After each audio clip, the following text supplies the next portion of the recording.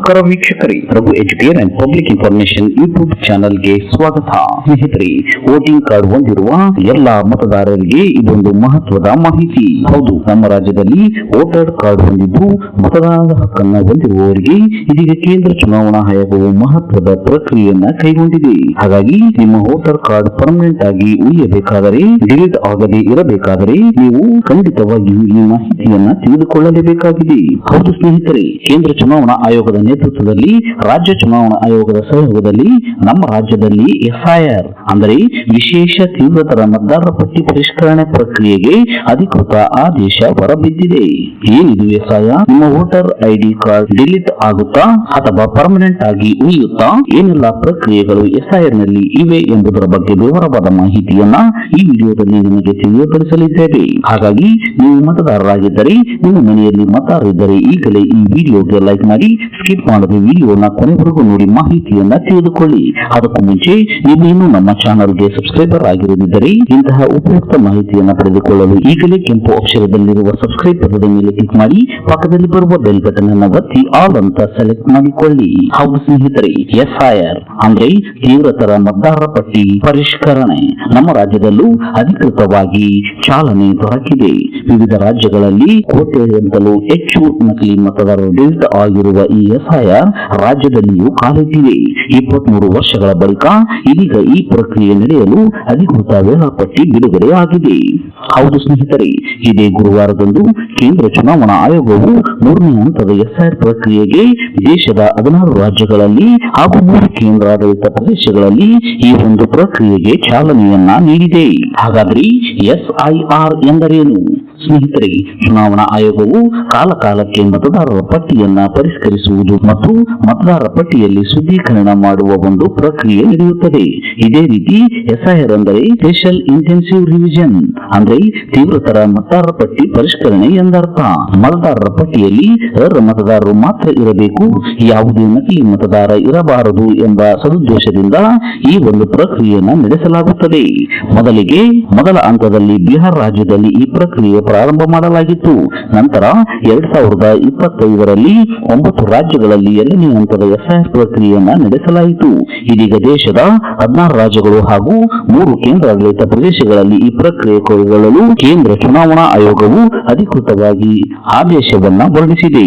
ಈ ಪ್ರಕ್ರಿಯೆಯಲ್ಲಿ ಉತ್ತರ ಪ್ರದೇಶ ರಾಜ್ಯವೊಂದರಲ್ಲಿ 2.4 ಕೋಟಿ ಮತದಾರರ ಹೆಸರನ್ನ ಡಿಲೀಟ್ ಮಾಡಲಾಗಿತ್ತು.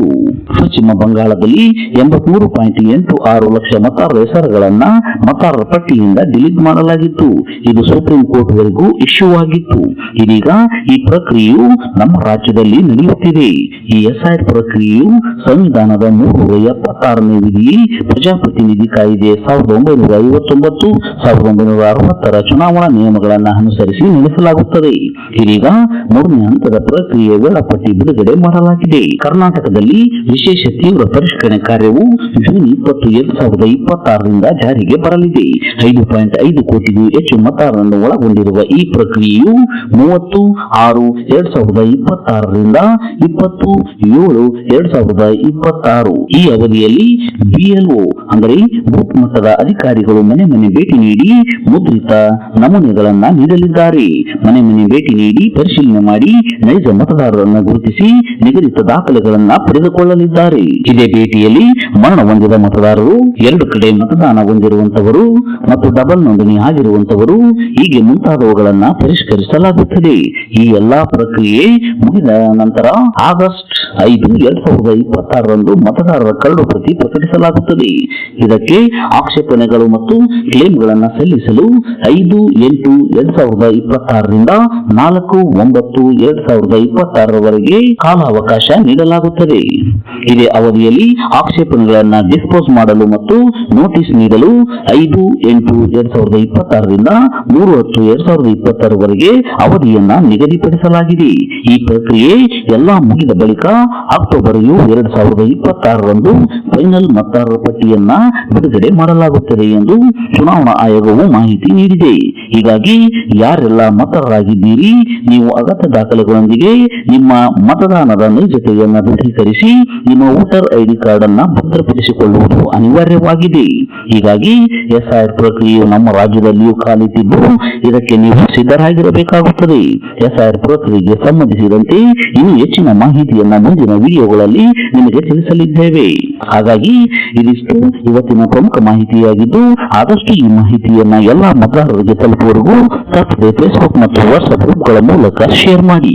ಈ ವಿಡಿಯೋವನ್ನ ಕೊನೆವರೆಗೂ ನೋಡಿದ್ದಕ್ಕೆ ಧನ್ಯವಾದಗಳು. Thanks for watching this video. Please subscribe for more videos. If you like this video, click the like buttons and give your comments.